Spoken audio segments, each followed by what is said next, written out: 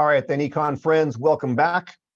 So now we know what oligopoly is. We know the characteristics. We know a little bit of the idea of market concentration and how that could be a little bit of a misleading, kind of a nuanced discussion. At this point, traditionally in our market structure discussions, we would jump into the idea of the model itself. We would say, okay, now we understand the background, the assumptions, let's jump into the model. And of course, when you jump into the model, you jump into the big questions of how much to make and what price to charge to maximize profit, okay? That's where we are now. However, as I mentioned in the first video, it's a little bit more complicated in oligopoly. But with that said, let's jump in and dig into it. So again, as always, analyzing the price and output decisions. In other words, the profit maximizing behavior is the important next step. But under oligopoly, this is going to be a lot more complicated, a lot more complex. And again, it's always going to go back to the idea of interdependence. Remember that when we had before perfect competition or monopolistic competition, there was really no interdependence because the rival firms were basically considered to be small and therefore largely irrelevant. Okay, so in perfect competition and monopolistic competition, the assumption was there were many, many competitors, many sellers. So each seller was small and therefore pretty irrelevant. And with monopoly, on the other hand, there were basically no rivals. So there was nobody to be interdependent with. But in oligopoly, we have that complexity. So the big question that we're going to ask, what pricing strategies might an oligopoly follow? And the answer is several, okay? And this is the big thing about oligopoly. You're going to be responsible for knowing a handful of different models, all of which are appropriate at times and not appropriate at other times, okay? Because of oligopoly's complexity, because of the nuance, because of the interdependent nature, we've developed multiple models, okay? There are several of them. In this video, we're going to address the first one, and this is really kind of the leading model that is now taught. And we call this model the model of collusion. So in this video, we're going to specifically focus on the model known as collusion. Under a collusion model, and again, the term collusion has associated words, the verb collude. Collusion means coming together and making an agreement, okay? Under a collusion model, the rival firms, they agree to cooperate with each other by effectively limiting price and non-price competition. Okay, this is brand new. In perfect competition and even monopolistic competition, there was pretty fierce competition, both price and non-price. Under a collusion model, the different rival firms, they basically agree to limit competition, okay? In other words, my friends, in a collusion model, we call this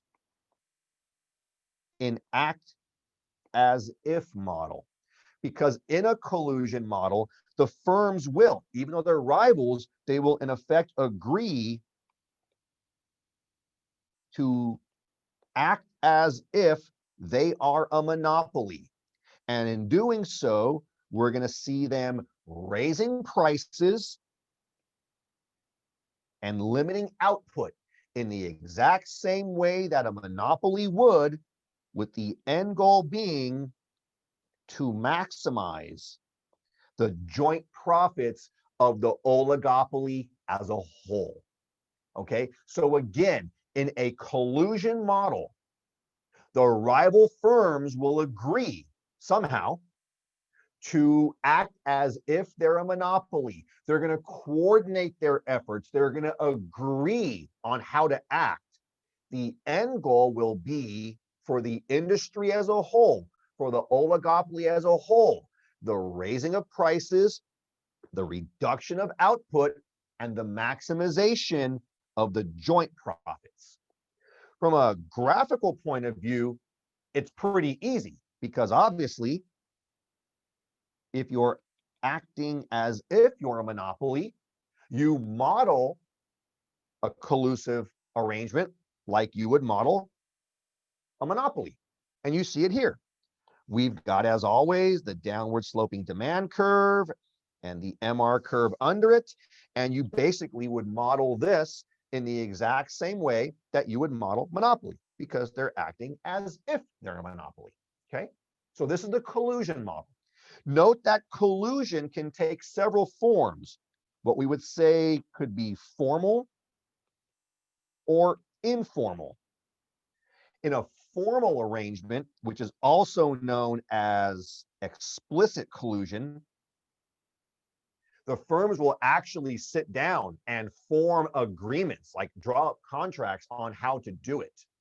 This is highly illegal, at least in the US, and therefore it doesn't happen here, although it happens in other countries.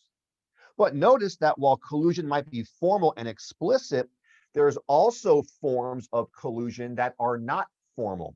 They're informal, which we call tacit. And even though at the end they get the same outcome, higher prices, lower output, bigger profits, it's much harder to prove. Okay. Again, in the United States, antitrust laws, which we've discussed before, those prohibit collusion, as well as any kind of what is called conspiracy to restrain trade. But we still see it. Okay. How does collusion take place? Well, one of the most common forms of explicit collusion involves the formation of what is called a cartel. And therefore, sometimes the collusion model is also known as the cartel model. You can use these terms interchangeably. So the collusion model and the cartel model, they're the same thing. What is a cartel? Well, a cartel is defined as an organization of rival firms that have agreements among the members to collude.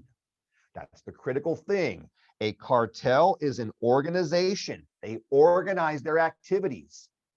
They have agreements among all the different members to engage in collusion, which usually takes the form of coordinating the supply decisions in order to raise prices and maximize profits. So these cartels can take place in many ways. The most common ways that cartels operate is they form agreements among all the other cartel members. Remember, they should be acting as rivals, but instead they're acting as if they're a monopoly.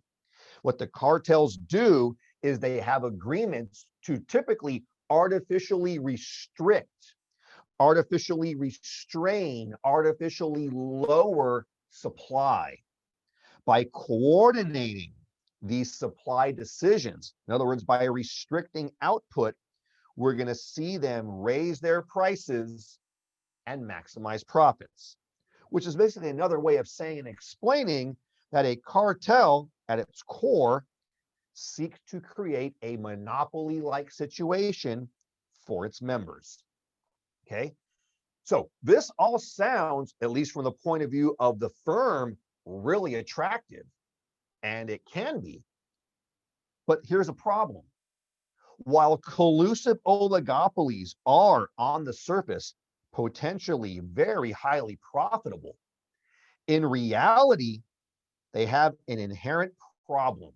Okay, this is where it gets really, really tricky. And this is where you have to start thinking through the lens of incentive. Again, collusive oligopolies can promise and deliver really fat profits to their members, which is a good thing for the members, bad for society, but good for the members. But there's a built-in major flaw to this model. In order for the collusion to work, the firms must agree independently to restrict their output. In other words, the entire basis of a cartel, it's all about agreement. And what we're going to learn is that the firms in the cartel, they face a big incentive to cheat on the arrangement, to violate the agreement, to defect from the agreement. So again, we've got this chain of thinking now. Cartels, right? Collusive bodies, they can make really big profits, but they have a built-in incentive problem. The incentive is that all the firms in the cartel have an incentive to cheat, aka violate, aka defect, and in turn to violate the output restrictions. Now, why is this?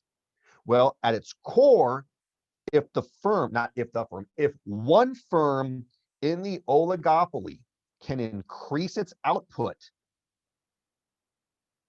critically without detection, okay, you can't get found out. But if one of the firms in the oligopoly can increase its output without detection, or again, without detection, if one of the firms in the oligopoly can increase its sales, and there's lots of ways to do this, that one firm will be able to increase its profits. So we've got this arrangement where this collusive model, this cartel, they settle on a act as if arrangement, on a monopoly-like arrangement, restricting output to generate maximum profits, but maximum profits for the entire cartel. But the built-in Achilles heel here is that each individual firm has an incentive to violate, to break the arrangement. Because if an individual firm can violate the arrangement, it can increase its profits.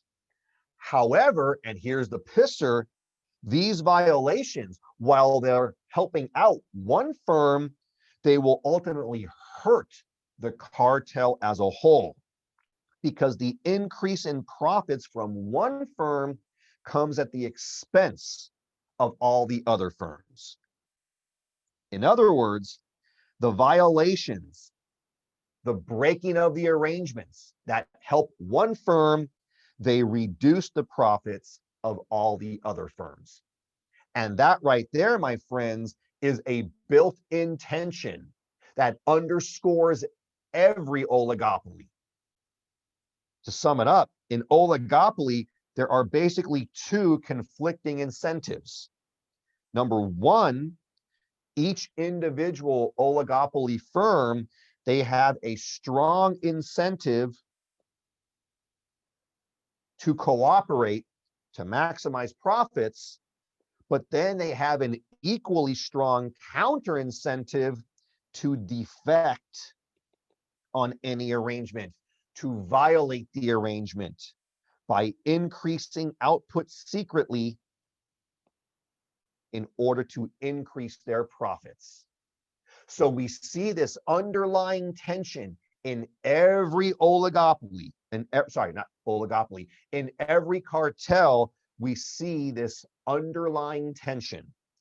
And therefore, in economics, what we believe is that while cartels, and again, remember, cartels are one of the models for oligopoly, while cartels will often come together and they will act as if they're a monopoly, we believe in economics that these collusive arrangements over time tend to be very unstable. In other words, the cartel model of oligopoly models out an act as if, but it also models the inherent instability of some oligopoly industries. So when you think about cartels, You'll be thinking about act as if, but you'll also be thinking about the inherent instability of the oligopoly, okay? As a result of all this, on top of the instability, we find that in some oligopoly industries, even though there are a small number of firms and they might be making some short-term profits, the market power of the individual firms is sort of relatively small. Not all the time, okay? Not all the time. But in some particular models of oligopoly, even if they're making profits, there's really no market power, because if the profits are built on a cartel arrangement and that cartel arrangement is unstable, then the long-term profitability is probably doubtful, okay? And this would imply relatively small long-term market power, okay? Now, all this is very confusing. This is just the first model, but it's the powerful one. It's really the main one, the cartel model. It's all about coming together, but also breaking apart. It's about incentives to cooperate as well as incentives to violate, okay? One of the tools that we have in economics now is game theory. You may have heard of this. Game theory is a very, very useful tool, an increasingly critical part of the economics toolkit. And what game theory can help us do is to analyze the costs and benefits of collusion in an atmosphere where there are counter incentives. In other words, game theory as a study can help us to model, think through, and ultimately understand and predict how unstable arrangements can come together or fall apart. And game theory then, my friends, will be the subject of our next video. I know this is a tough one. You're doing great. Thanks for tuning in. I'll see you next time.